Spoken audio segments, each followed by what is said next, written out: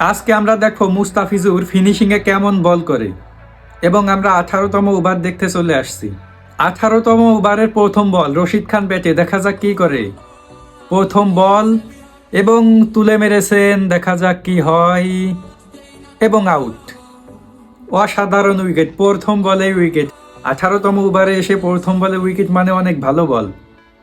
দেখা যাক এই ওভারে মুস্তাফিজ কত রান দেয় এবং কয়টা উইকেট পায়, এবং 9 কোটি টাকা দিয়ে মুস্তাফিজকে কিনে লাভ করছে না লস করছে। এবং দ্বিতীয় বল, বলতে বলতে দ্বিতীয় বলে একটি রানের বেশি মনে হয় পাবে না। যাই হোক, ভালো বল। এবং তৃতীয় বল আবার ক্যাচ উঠিয়ে দিয়েছে, দেখা যাক, এবং আউট।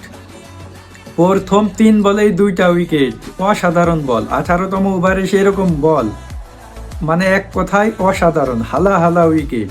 কলকাতায় যদি এরকম খেলতে পারে তাহলে তো কলকাতা মনে হয় মুস্তাফিজকে একবারে মাথায় তুলে রাখবে। শুধু শুধু তো এত টাকা দিয়ে কিনে নেই, পোলাপানও দেখেন অনেক খুশি।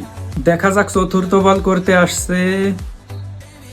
ওর বাবারে, অসাধারণ বল, এক কথায় অসাধারণ বল। ব্যাটিং টেরই পায়নি। পঞ্চম বল, এবং পঞ্চম বলে আবার উইকেট। 5 বলের ভিতর 3টা উইকেট, এরকম ওভার কে না দেখতে চায়। এক কথায় অসাধারণ বল। লাস্ট বল, দেখা যাক কি হয়, এবং একটি রান হবে মনে হয়, তারপরও নিল না, 1 রানও নিল না। Last ball dot. তার মানে 18তম ওভারে এসে মাত্র 1 রান দিয়ে 3 উইকেট। এর থেকে আর ভালো ওভার কিভাবে চান বলেন? আশা করি মুস্তাফিজ IPL এরকম ভালো ভালো ওভার আমাদের উপহার দিবেন, আমরা তাই উপভোগ করব।